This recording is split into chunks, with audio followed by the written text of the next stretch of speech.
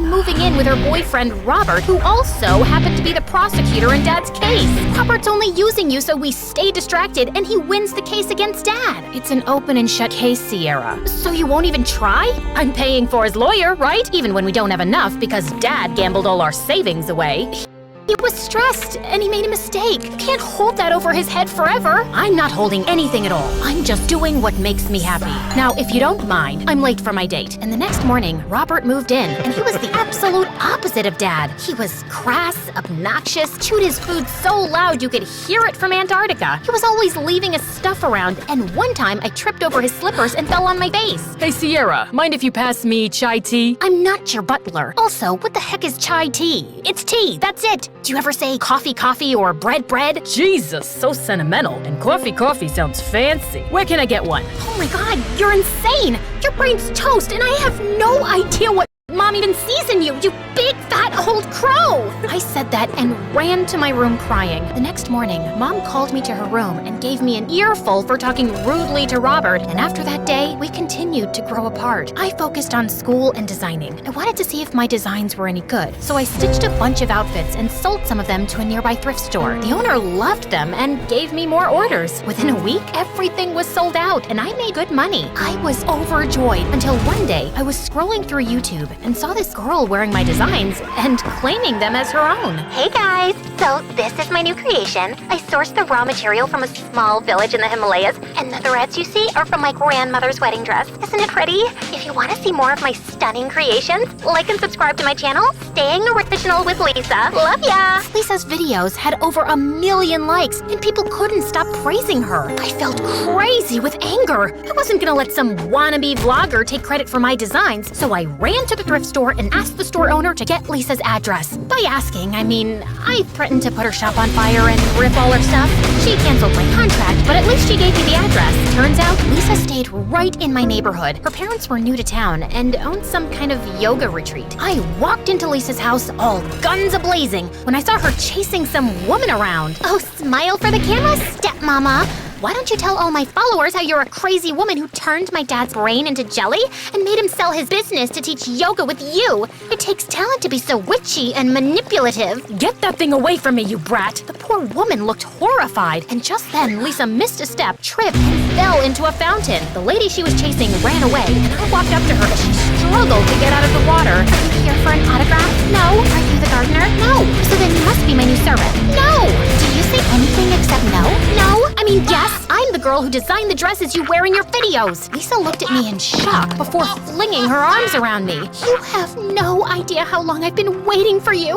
Look, I even have tears of happiness. Get off me, you weirdo. You have to tell everyone on your channel that you lied and those dresses belong to me. I busted my butt to make them. Okay, now, let's not be stupid about this. Those dresses are a rage thanks to my videos. And I've gotten a dozen comments on my videos asking me to make more clothes like these. But I can't stitch to save my life. If you help me, I promise to split the profits with you. You look like you could use a new wardrobe. Wow, aren't you a bit too judgmental for someone who lied on social media? I saw an opportunity and took it. Don't shame me for being smarter than you. Now, are you in or not? I thought about what Lisa said, and it wasn't a bad idea. With the date of Dad's trial coming closer, I needed enough money to make him hire a good lawyer since Mom wasn't too interested. Last I checked, she was partying with Robert in the Bahamas. Fine, but I'll take credit for my design, and no more lying. Cross my heart and hope to die.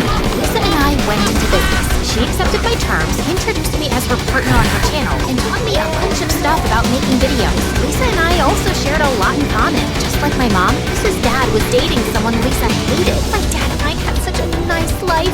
We went surfing, fed the ducks, went shopping, and then one day, Dad went to India and fell in love with this crook. She convinced Dad to sell his business and move into this shady yoga business with him. So stupid, she'll get him arrested. Why do you say that? Because she's weird. She sells magic youth water for $20,000. The new lawyer I hired was the real deal, and he was able to get Dad out on parole. It was over the moon when Dad came back home, but the same evening, Mom told me that she was leaving the house for good. Why? Dad's innocent, Mom. He's back home. Everything can go back to how it was. Nothing can go back to how it was, Sierra. I will die before I let this man control my life again. Robert is the love of my life, and I'm gonna stay with him. Mom packed her stuff, booked an Uber, and left me completely heartbroken. Don't worry about it, kid. You've got me. Dad hugged me tight and took me out for my favorite ice cream. After Mom left, I plunged myself into work, but Dad kept distracting me. He wanted to get back into his old business, but no matter how hard he tried, none of his clients were ready to work with him. This shook Dad's confidence, and he was a weeping mess for days. I started taking Dad to work to help him get his mind off things, which didn't go as planned because Dad kept throwing in free advice. That material looks tacky. Excuse me, but I approved of this fabric. Then clearly you're dumber than you look. It's so harsh. It's the purest form of silk imported from India. Look at this shine. Look at this texture. Look at... I've been working in this industry long enough to know what will work and what won't. Well, you also spent an awful lot of time in jail, so maybe the trend shifted. What did you just say to me? Okay, that's enough.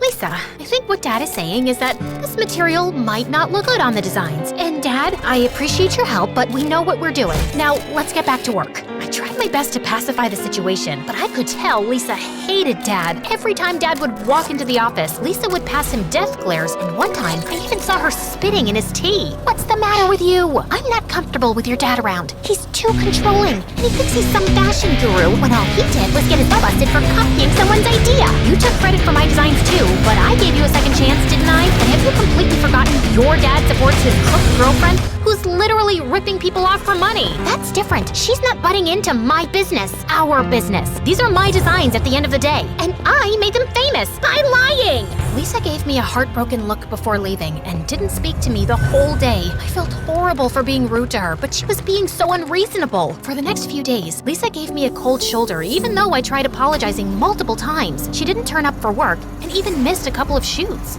I was super stressed over the situation when one evening Dad called me into his office. After a lot of thinking, I have decided that we should cut Lisa off. She's using you. What are you saying, Dad? Lisa is my best friend, and she might be a bit edgy, but she's not a bad person. Then why did she lie to her audience about using your designs? How do you know about that? Dad looked at me sheepishly before telling me that he heard my conversation with Lisa in the office the other day, and he knew everything about her family as well. Sierra, sweetie, girls like Lisa are flaky. They don't have what it takes to be famous, and they'll only pull you down. But you have real talent, and I have all the right contacts to make you famous. All we need to do is confront Lisa. I'm sure she's intelligent enough to step away. You mean blackmail her into signing the business over? If you want to put it like that. No way! This is my business, Dad, and I will make the decisions here. And I say we let this go.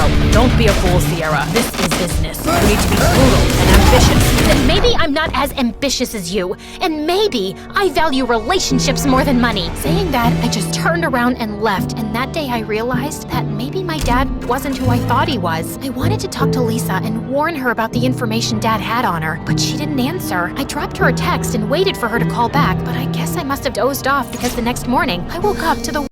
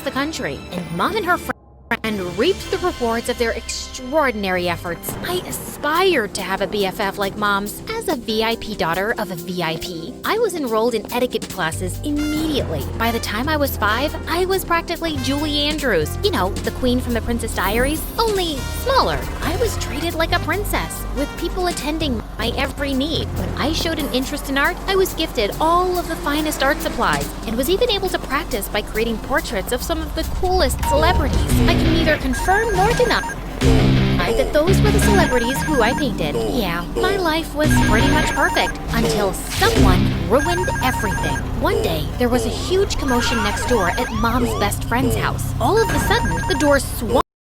And don't make this harder than this. Lisa left. I was so mad at Dad. I rushed to my house to confront